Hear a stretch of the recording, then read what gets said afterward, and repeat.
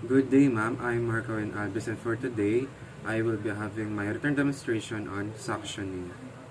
The World Health Organization now advises against suctioning on the neonates after born.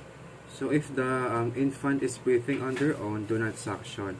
So if the newborn is experiencing any respiratory distress, do not delay suctioning. Aspirated meconium stain could be fatal to newborns. So the faster you are able to get rid of them, the more likelihood of their survival.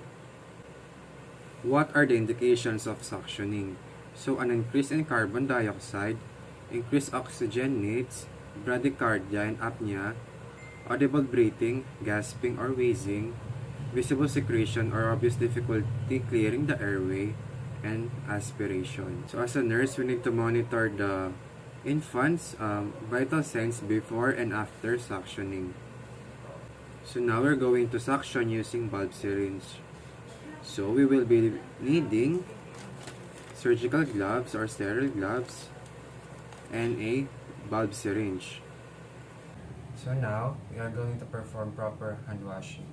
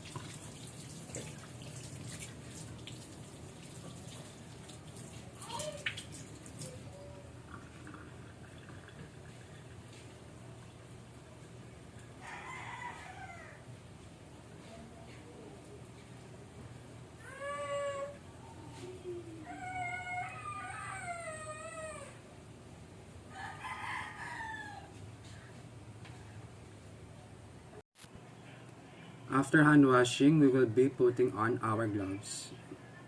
So I have a sterile gloves here, so I'm going to open the package. Make sure not to contaminate it. Then you're going to drop it on the sterile field and open it.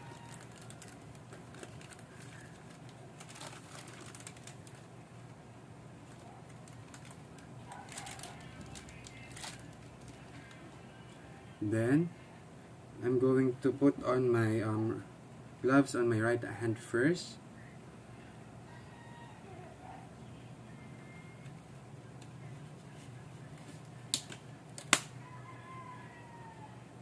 Then insert 2 fingers on the sterile field of the gloves.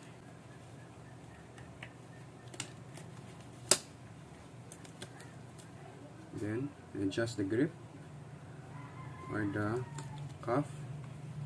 Make sure not to contaminate it. Then discard the packaging. So there you go. I will collapse the bulb. Place it on the mouth of the infant. Release the pressure and make sure that the suctioning should not exceed 10 seconds or less. Then remove the secretions on a tissue. Then we are going to collapse again the bulb. And we are going to proceed now on the suctioning of the nose, especially on the nares. So, release the bulb. And wait for about 10 seconds. Then, put the secretions on a tissue. And remove gloves and wash hands. So now, I will be performing the second type of suctioning, which is the suctioning using a tube. So, first, you're going to gather the supplies needed. A portable suction machine, a clean suction catheter for infant, gauge of 5 to 7, a sterile normal saline, a resuscitator bag or the ambu bag, a sterile gloves, and a one helper. So now, we are going to perform proper hand washing.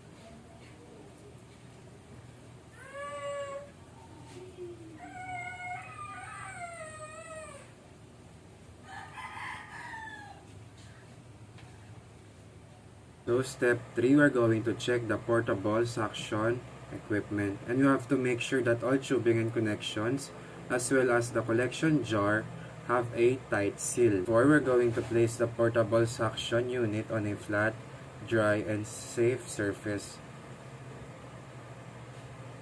So next, we're going to plug it in on a electrical outlet. Then after that, we're going to turn it on to set the suction pressure. So the portable suction pressure should not be set higher than 15 millimeters of mercury.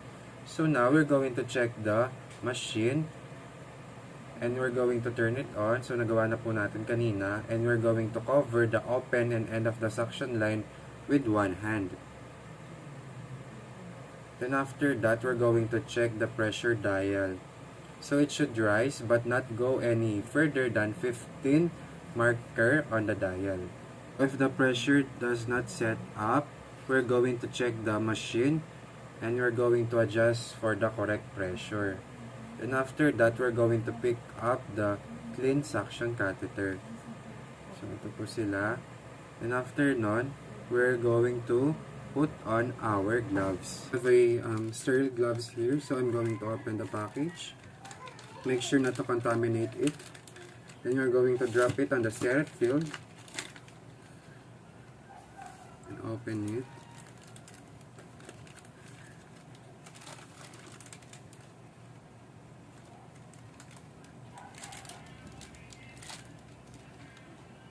Then I'm going to put on my gloves on my right hand first.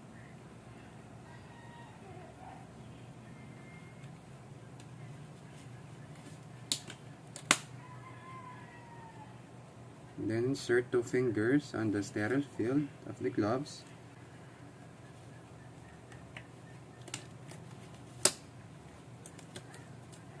Then adjust the grip or the cuff. Make sure not to contaminate it. Then discard the packaging. So there you go. I will natin maglagay ng gloves. You're going to connect the tubings to the suction catheter. So pick up the long connecting tubing that comes from the suctioning machine. Then you're going to attach it to the suction catheter. Then for the step 9, you're going to turn on the machine.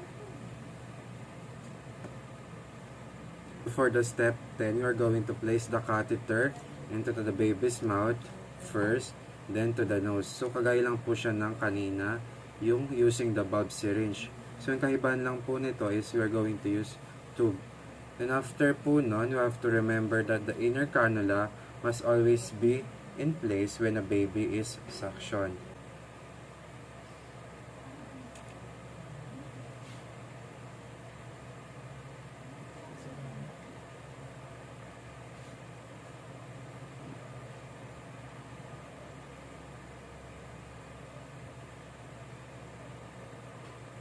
For the step 11, you're going to cover the suction port with our thumb. And after that, we're going to pull the suction catheter up and out slowly. So the suction catheter should not stay for longer than 10 seconds. This is to avoid the stimulation of the vagus nerve that can cause bradycardia. Then you have to remember the basic principles in suctioning. So suction off, which that means it is port open. Suction on, that means it is port closed. So if pag na-notice po natin that the mucus is thick, we can use a normal saline to make it thinner. So mag-squirt lang po tayo ng small amount po sa tube. Then this will help loosen up the mucus and make it easier to suction. Then we can now insert the suction catheter again, and we are going to repeat the step 10 and step 11. For the step 12, kung na-notice po natin that there is still thick secretions on the infant mouth and nose, we're going to repeat the step 10 and step 11. So if pag wala na pong any secretions, we can proceed now to the step 13, which is to rinse the suction tubing and shut off the machine.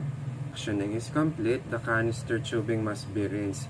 This can be done with the tap water or normal saline. With the suctioning machine naman po, we can put the tubing in a container of water or squirt some normal saline into the tubing.